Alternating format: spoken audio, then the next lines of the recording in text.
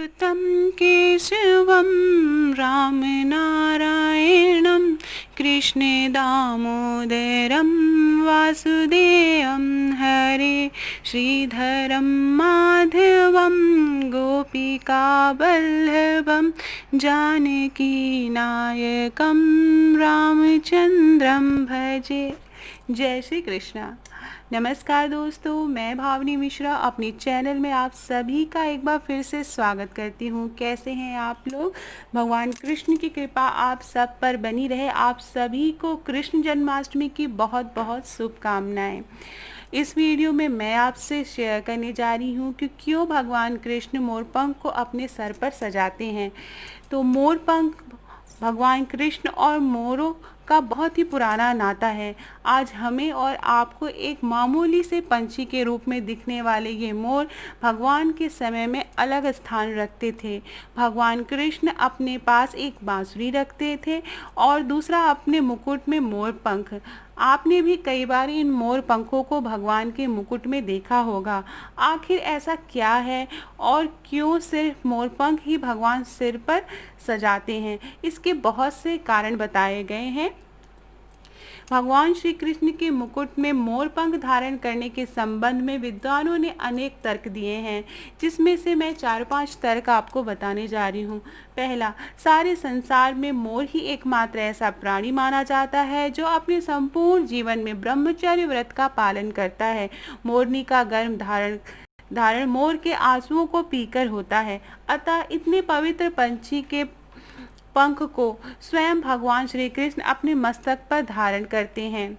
दूसरा तर्क है, कहा जाता है कि राधा के महल में बहुत मोर हुआ करते थे। जब भगवान श्री कृष्ण के बांसुरी के धुन में राधा नृत्य करती थी तो उनके साथ वे मोर भी नाचा करते थे। एक दिन किसी मोर का पंख नृत्य करते समय जमीन पर गिर गया, जिसे भगवान श्री कृष्ण ने तुरंत उठाकर अपने मस्तक पर सजा लिया। भगवान के सर पर स्थित मोरपंख राधा के प्रेम की निशानी भी माना जाता है। अगला तर्क बताने जा रही हूँ। विद्वानों के अनुसार भगवान श्री कृष्ण को मोर पंख प्रिय होने का एक यह भी कारण हो सकता है कि वे अपने मित्र और शत्रु में कोई भेद नहीं करते थे। वे दोनों के साथ समान भावना रखते थे।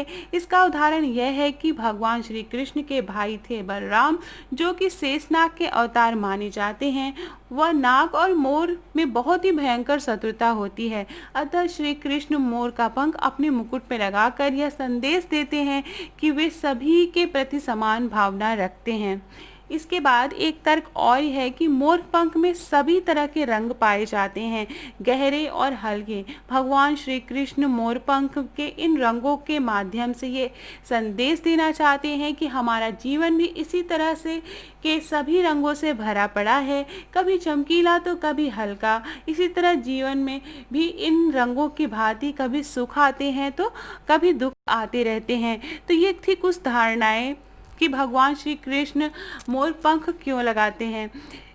इन कथाओं के आधार पर यह निश्चित होता है कि श्री कृष्ण जी को मोर से बहुत प्यार और लगाव था, इसीलिए वे पंख को हमेशा अपने सर पर सजाते थे। अब मैं आपको बताने जा रही हूँ कि जन्माष्टमी के दिन आप मोर पंख का ये उपाय आप कर सकते हैं। अगर आपके बच्चों का मन पढ़ाई में नहीं लगता है तो एक मोर पंख लेके बच्चों की बुक या किताब में रख दें, तो इससे उनका पढ़ाई में मन लगने लगेगा। इस बात का आप ध्यान दे सकते हैं। भगवान कृष्ण को मोर पंख अति प्रिय है, इसलिए उन्हें जब आप जन्माष्टमी के दिन सजाएं तो जो मुकुट लगाएं उसमें मोर पंख ज़रूर लगा होना चाहिए, या आप वहां पर पूजा स्थल पर एक मोर पंख ज़रूर रखें। ये बहुत ही शुभ माना जाता है।